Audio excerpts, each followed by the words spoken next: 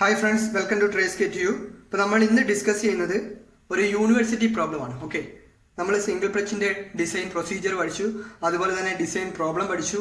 അപ്പോൾ ഇത് ബേസ് ചെയ്തിട്ട് നമുക്ക് കഴിഞ്ഞ ഒരു DME2-ൻ്റെ സപ്ലി എക്സാം, അതായത് ഒക്ടോബർ 2019 നമുക്ക് ചോദിക്കുകയുണ്ടായിട്ടുള്ള ഒരു ക്വസ്റ്റ്യൻ ആണ്, ഡിസൈൻ പ്രോബ്ലമാണ് ഇന്ന് ഡിസ്കസ് ചെയ്യുന്നത്. നമുക്ക് ക്വസ്റ്റ്യൻ നോക്കാം. അപ്പോൾ അതിനു മുൻപ് നിങ്ങൾ എൻ്റെ ചാനൽ ആദ്യമായിട്ടാണ് കാണുന്നതെങ്കിൽ നിങ്ങൾ സബ്സ്ക്രൈബ് ചെയ്ത് സപ്പോർട്ട് ചെയ്യുക. ഓക്കെ, ഇപ്പോൾ ക്വസ്റ്റ്യൻ നോക്കിയാൽ, design a dry single plate clutch having both side effective to transmit 19 kW at 1500 RPM. Okay, the ratio of mean radius to radial width is 4.5. The axial thrust is provided by 6 spring. Take coefficient of friction equal to 0.2 and allowable pressure equal to 0.245 megapascal. Okay, assume spring index C equal to 6, shear stress 420 megapascal and G equal to 84 gigapascal. Okay, നമുക്കിവിടെ കണ്ടുപിടിക്കേണ്ടത് 3 കാര്യങ്ങളാണ്. Okay, question നോക്കാം. Find mean radius and width of friction surface, അതുപോലെ തന്നെ dimension of clutch plate and dimension of spring. Okay, ഈ 3 കാര്യങ്ങളാണ് നമ്മളൊരു design problem ചെയ്യുമ്പോൾ കണ്ടുപിടിക്കേണ്ടത്. ഇത് ഈ ക്വസ്റ്റ്യനിൽ ഇവിടെ പാർട്ട് തിരിച്ചാണ് എഴുതിയിരിക്കുന്നത്. 1, 2, 3 എന്ന് പറഞ്ഞ് സെക്ഷൻ തിരിച്ചാണ് നമ്മളോട് ചോദിച്ചിരിക്കുന്നത്. ഓക്കെ, ഇപ്പോൾ വേറെ വ്യത്യാസങ്ങളൊന്നുമില്ല. നമുക്ക് നേരെ ഇതിൻ്റെ ഗിവൺ ഡേറ്റാസ് എഴുതാം. അപ്പോൾ നമുക്ക് ഗിവൺ ഡേറ്റാസ് നോക്കാം. n dash equal to 2. n dash എന്താണെന്ന് ഞാൻ മുൻപ് നമ്മൾ കുറച്ച് ഡിസൈൻ പ്രോബ്ലംസ് ഒക്കെ പഠിച്ചപ്പോൾ പറഞ്ഞിട്ടുണ്ട്, എങ്കിലും ഒന്നുകൂടെ പറയാം. ഇവിടെ ക്വസ്റ്റ്യൻ നോക്കിയാൽ അറിയാം, single plate clutch having both side effective എന്നാണ് തന്നിരിക്കുന്നത്. ഓക്കെ, അപ്പോൾ n dash equal to 2. Then next വരുന്നത് പവർ തന്നിട്ടുണ്ട്. പവർ 19 kW എന്ന് തന്നിട്ടുണ്ട്. അതുപോലെ speed n equal to 1500 RPM എന്ന് തന്നിട്ടുണ്ട്. ഇനി അടുത്ത് വരുന്നത് ഒരു റേഷ്യോ ആണ്. The ratio of mean radius to radial width is 4.5. Okay, അപ്പം മീൻ റേഡിയസ് എന്ന് പറയുന്ന RM. Okay, RM divided by radial width എന്ന് പറയുന്ന B ആണ്. അപ്പോൾ RM/B ഈക്വൽ ടു 4.5. ഓക്കെ, ഇനി അടുത്തത് നമ്പർ ഓഫ് സ്പ്രിംഗ് ആണ്. നമ്പർ ഓഫ് സ്പ്രിംഗ് എന്ന് പറയുന്നത് 6 എന്ന് തന്നിട്ടുണ്ട്. പിന്നെ ന്യൂ തന്നിട്ടുണ്ട് 0.2. ദെൻ നെക്സ്റ്റ് അലവബിൾ പ്രഷർ ആണ് 0.245 മെഗാപാസ്കൽ. നെക്സ്റ്റ് വരുന്നത് സ്പ്രിംഗ് ഇൻഡെക്സ് ആണ് CA 6. പിന്നെ ടോ തന്നിട്ടുണ്ട് 420 മെഗാപാസ്കൽ. അതുപോലെ തന്നെ G തന്നിട്ടുണ്ട് 84 ജിഗാപാസ്കൽ. ഓക്കെ, അപ്പോൾ ഇവിടെ നോക്കുമ്പോൾ ഫസ്റ്റ് ക്വസ്റ്റ്യൻ എന്ന് പറയുന്നത് mean radius and width of friction surface ആണ് നമ്മൾ കണ്ടുപിടിക്കുന്നത്. ഓക്കെ, അപ്പോൾ to find RM and B. Okay, നമ്മൾ ഡിസൈൻ പ്രോബ്ലത്തിൽ മുൻപ് പഠിച്ചതാണ്, അതുകൊണ്ട് ഞാൻ പ്രത്യേകിച്ച് പറയുന്നില്ല. നമ്മൾ ടോർക്കിൻ്റെ ഇക്വേഷനൊക്കെ മുൻപ് പഠിച്ചിട്ടുണ്ട്. ഓക്കെ, ആ ടോർക്കിൻ്റെ ഇക്വേഷനാണ് ഞാനിവിടെ എഴുതിയിരിക്കുന്നത്. 1/2 new FA DM into n dash. Okay, അപ്പോൾ ഇവിടെ നമുക്കറിയാം DM എന്ന് പറയുന്നത് എന്താണെന്നറിയാം, 2 into RM ആണെന്നറിയാം. Okay,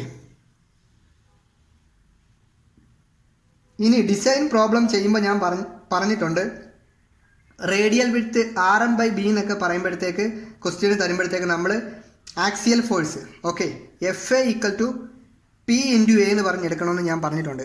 design procedure explain ചെയ്തപ്പോൾ അത് പറയുന്നുണ്ട്. ഓക്കെ, നിങ്ങളത് നോക്കിയാൽ മതി. ഓക്കെ, ഇപ്പോൾ പ്രഷർ ഇൻറ്റു ഏരിയ. ഓക്കെ, ഇവിടുത്തെ ഏരിയ എന്ന് പറയുന്നത് πdmB ആയിരിക്കും. ഓക്കെ, അപ്പോൾ ഇവിടെ DMൻ്റെ സ്ഥാനത്ത് നമ്മൾ 2 ഇൻറ്റു RM. നമുക്കിവിടെ ratio of radial width mean radius to radial width എന്ന് തന്നിട്ടുണ്ട്. ഓക്കെ, അപ്പോൾ RMൻ്റെ ടേംസിലോട്ട് നമ്മളിവിടെ മാറ്റുവാണ്. ഓക്കെ, ഇപ്പോൾ DMൻ്റെ സ്ഥാനത്ത് 2 ഇൻറ്റു RM എഴുതി ഇൻറ്റു B. ഇനി ഇതിൻ്റെ വാല്യൂസ് എല്ലാം നമ്മൾ സബ്സ്റ്റിറ്റ്യൂട്ട് ചെയ്ത് കൊടുക്കുവാണ്. P എന്ന് പറയുന്നത് 0.245 into π into 2 into RM into Bയുടെ സ്ഥാനത്ത് എന്താ വരുന്നത്, RM/B ഈക്വൽ ടു 4.5 എന്നല്ലേ. ഓക്കെ, RM/B ഈക്വൽ ടു 4.5 എന്ന് പറയുമ്പോഴത്തേക്ക് നമ്മൾ ഈ 4.5നെ ഇങ്ങോട്ട് മാറ്റുമ്പോഴത്തേക്ക് RM/4.5 ഈക്വൽ ടു B എന്നല്ലേ. അപ്പോൾ അതാണ് ഞാനിവിടെ എഴുതിയിരിക്കുന്നത്, RM/4.5 എന്ന് പറയുന്നത്. അപ്പോൾ ഇത് സോൾവ് ചെയ്യുമ്പോഴത്തേക്ക് FA equal to 0.342 into R² എന്ന് പറഞ്ഞു വരും. ഓക്കെ, അപ്പോൾ നമ്മളപ്പോൾ ആ ടോർക്കിൻ്റെ ആ ഇക്വേഷനകത്ത് FA കിട്ടി. ഇനി നമ്മൾ ടോർക്ക് കണ്ടുപിടിക്കണം. ഓക്കെ, അപ്പോൾ ഇവിടെ പവർ തന്നിട്ടുണ്ട്. ഓക്കെ, അപ്പോൾ നമുക്ക് ടോർക്ക് സിമ്പിളായിട്ട് കണ്ടുപിടിക്കാം.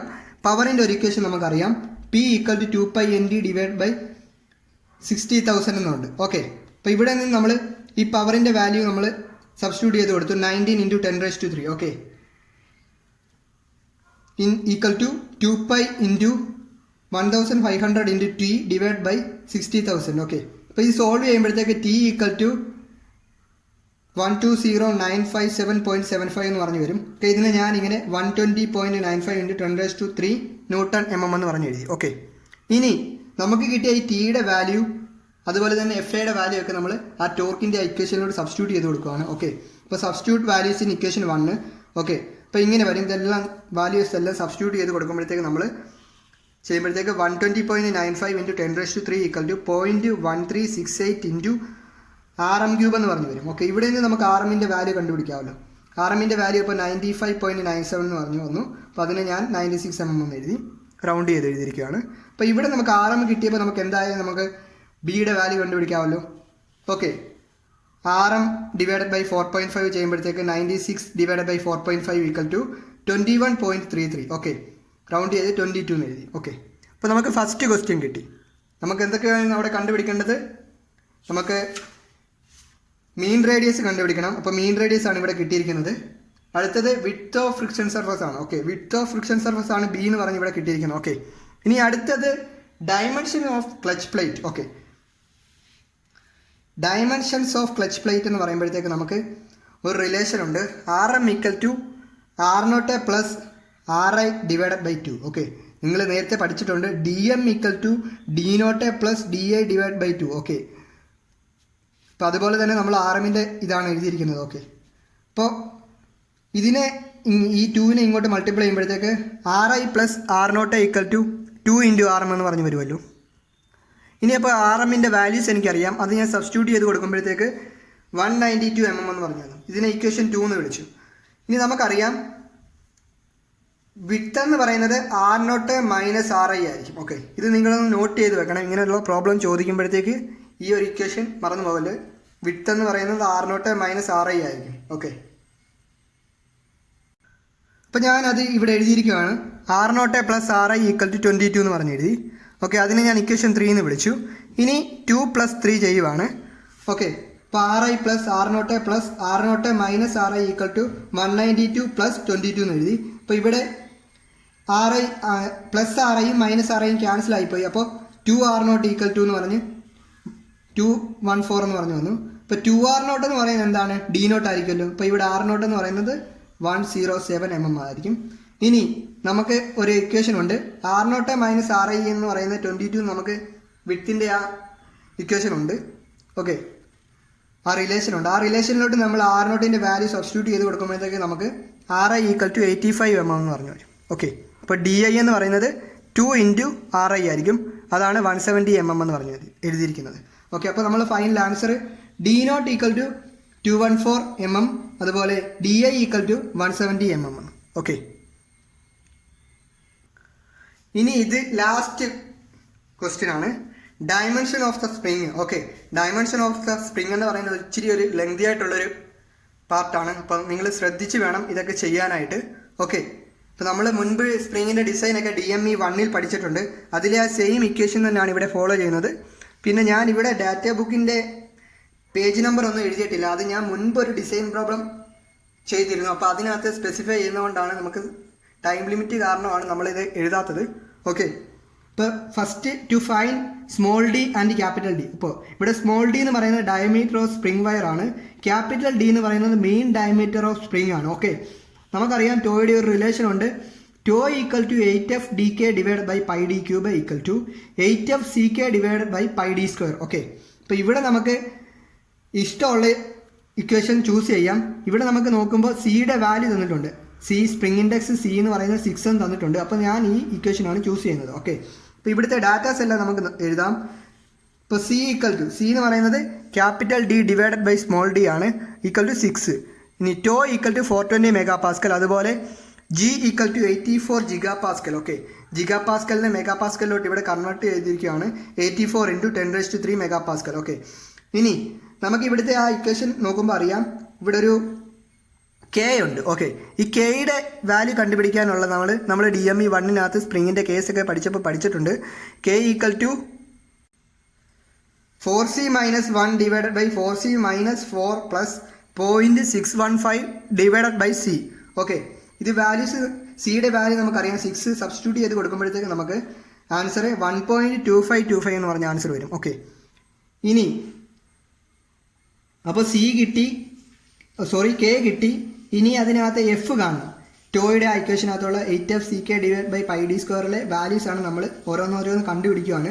ഇനി എഫ് കാണാനായിട്ട് load on each spring. Okay, F equal to F A divide by number of spring എന്നാണ് അതിൻ്റെ ഇക്വേഷൻ.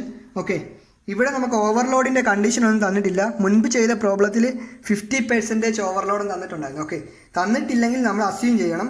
അസ്യൂം 25% ഓവർലോഡ് എന്ന് അസ്യൂം ചെയ്തു. We have F equal to 1.25 F A. Okay, divided by number of spring. Okay, അപ്പോൾ ഈ കാര്യങ്ങളൊക്കെ ഞാൻ മുൻപ് പറഞ്ഞിട്ടുണ്ട്. 25 എന്ന് പറയുമ്പോഴത്തേക്ക് 1 പ്ലസ് 0.25. ഓക്കെ, ഇപ്പോൾ 1.25 F A divide by number of spring. Okay, ഇനി അഥവാ 70% ആയിരുന്നു ഓവർലോഡ് വരുന്നതെങ്കിൽ 1.75 വന്നേനെ. ഓക്കെ, ഇവിടെ എഫ് എ എന്ന് പറയുന്നത് പ്രഷർ ഇൻറ്റു ഏരിയ ആണ്. ഇപ്പോൾ P into pi D M B. Okay, ഇപ്പോൾ പൈ ഇൻറ്റു ഡി എമ്മിൻ്റെ സ്ഥാനത്ത് നമുക്ക് 2 ഇൻറ്റു ആർ എം എന്ന് എഴുതാം. R M into B. Okay, അപ്പോൾ ഇവിടെ സബ്സ്റ്റിറ്റ്യൂട്ട് ചെയ്ത് കൊടുക്കുമ്പോഴത്തേക്ക് 1.25 into P into pi into D M into B divided by 6. Number of spring എന്ന് പറയുന്നത് 6 ആണെന്നറിയാം. ഓക്കെ, എഫ് എയുടെ വാല്യൂസ് ആണ് ഞാനിവിടെ ഇക്വേഷൻ ആണ് ഞാനിവിടെ ചെയ്തിരിക്കുന്നത്. ഓക്കെ, ഇനി ഇതിൻ്റെ വാല്യൂസ് എല്ലാം നമുക്ക് സബ്സ്റ്റിറ്റ്യൂട്ട് ചെയ്ത് നോക്കാം. ഓക്കെ, ഞാൻ അതിൻ്റെ വാല്യൂസ് എല്ലാം സബ്സ്റ്റിറ്റ്യൂട്ട് ചെയ്യുവാണ്. 1.25 ഇൻറ്റു പ്രഷർ തന്നിട്ടുണ്ട് 0.245 into pi into 190 into 22 divide by 6. Okay, ഇപ്പോൾ എനിക്ക് 670.27 ന്യൂട്ടൺ എന്ന് പറഞ്ഞു വന്നു. ഓക്കെ, ഇനി ഞാൻ ടോയുടെ ഇക്വേഷനിലോട്ട് നമ്മൾ സബ്സ്റ്റിറ്റ്യൂട്ട് ചെയ്ത് കൊടുക്കുകയാണ്. ടോയുടെ ഇക്വേഷനിലോട്ട് സബ്സ്റ്റിറ്റ്യൂട്ട് ചെയ്ത് കൊടുക്കുമ്പോൾ ടോയുടെ വാല്യൂ നമുക്ക് കിട്ടിയിട്ടുണ്ട്. അപ്പോൾ ഇവിടെ നമുക്ക് സ്മോൾ ഡി കിട്ടും. സബ്സ്റ്റിറ്റ്യൂട്ട് ചെയ്ത് കൊടുത്ത് സോൾവ് ചെയ്തിരിക്കുകയാണ്. സോൾവ് ചെയ്യുമ്പോഴത്തേക്ക് എനിക്ക് ഡി ഈക്വൽ ടു 5.25 എം എന്ന് പറഞ്ഞു വരും. ഓക്കെ, ഞാൻ അതിനെ റൗണ്ട് ചെയ്ത് 6 ആക്കി. ഓക്കെ, അപ്പോൾ ഇനി നമുക്ക് സ്മോൾ ഡി കിട്ടി. അപ്പോൾ ക്യാപിറ്റൽ ഡി കാണണം. അപ്പോൾ നമുക്കൊരു റിലേഷൻ ഉണ്ട്, C equal to D by D എന്ന് പറയുന്ന ഒരു റിലേഷൻ ഉണ്ട്. ഓക്കെ, അപ്പോൾ D equal to D into small D into C. Okay, 6 into 6 36. Okay, ഇനി നെക്സ്റ്റ് നമ്മൾ കണ്ടുപിടിക്കുന്നത് ടു ഫൈൻഡ് വൈ ആണ്, സ്മോൾ വൈ. ഇപ്പോൾ സ്മോൾ വൈയുടെ ഇക്വേഷൻ അറിയാം, 8f(c)³ i divided by G D എന്ന് പറയുന്നത്. അപ്പോൾ ഐ എന്ന് പറയുന്നത് n-2 ആണ്. ഐ എന്ന് പറയുന്നത് എന്താണ്? Active number of coil. Active number of coil എന്ന് പറയുമ്പോൾ നമ്പർ ഓഫ് സ്പ്രിങ് -2. ഓക്കെ, ഇവിടെ നമ്പർ ഓഫ് സ്പ്രിങ് തന്നിട്ടുണ്ട് 6. അപ്പോൾ I equal to 6 - 2 equal to 4. Okay, ഇനി വാല്യൂസ് എല്ലാം സബ്സ്റ്റിറ്റ്യൂട്ട് ചെയ്ത് കൊടുക്കുമ്പോഴത്തേക്ക് 9.19 എന്ന് പറഞ്ഞു ആൻസർ വന്നു. അതിനെ റൗണ്ട് ചെയ്ത് 10 mm എന്ന് എഴുതി. ഓക്കെ, ഇനി അടുത്തത് നമ്മൾ കാണുന്നത് ടു ഫൈൻഡ് എൽ നോട്ട് ആണ്. അപ്പോൾ എൽ നോട്ടിൻ്റെ കണ്ടീഷൻ ഒന്നും തരാത്ത കേസിൽ നമ്മൾ ഒരു ടേബിളുണ്ട്. ടേബിൾ ഞാനിവിടെ എഴുതിയിട്ടുണ്ട്. ഞാൻ പേജ് നമ്പർ 184 ടേബിൾ 11.4. ഓക്കെ, അപ്പോൾ ഇവിടെ നോക്കുമ്പോൾ നമുക്ക് ടേബിളിൻ്റെ കണ്ടീഷനും കുറേ കണ്ടീഷനുണ്ട്. അപ്പം തന്നിട്ടില്ലെങ്കിൽ four square and grounded and deflection എന്ന് പറഞ്ഞ് നമ്മൾ എടുത്തിട്ട് അതിൻ്റെ ആ ഇക്വേഷനാണ് എഴുതുന്നത്. L nought equal to I plus 2 into small d plus y plus A. Okay, ഇവിടെ ഒരു എ ഉണ്ട്. എ എന്ന് പറയുന്നത് ക്ലിയറൻസ് ബിറ്റ്വീൻ ദ കോയിലാണ്. അപ്പോൾ എയുടെ നമ്മൾ DMA 1-നകത്ത് പഠിച്ച ആ ഇക്വേഷൻ അറിയാം, 0.25y എന്ന് പറഞ്ഞുകൊണ്ടാണ് ഉള്ള ഇക്വേഷനാണ്. അപ്പോൾ വൈയുടെ വാല്യൂ നമുക്ക് ഓൾറെഡി കിട്ടിയിട്ടുണ്ട്.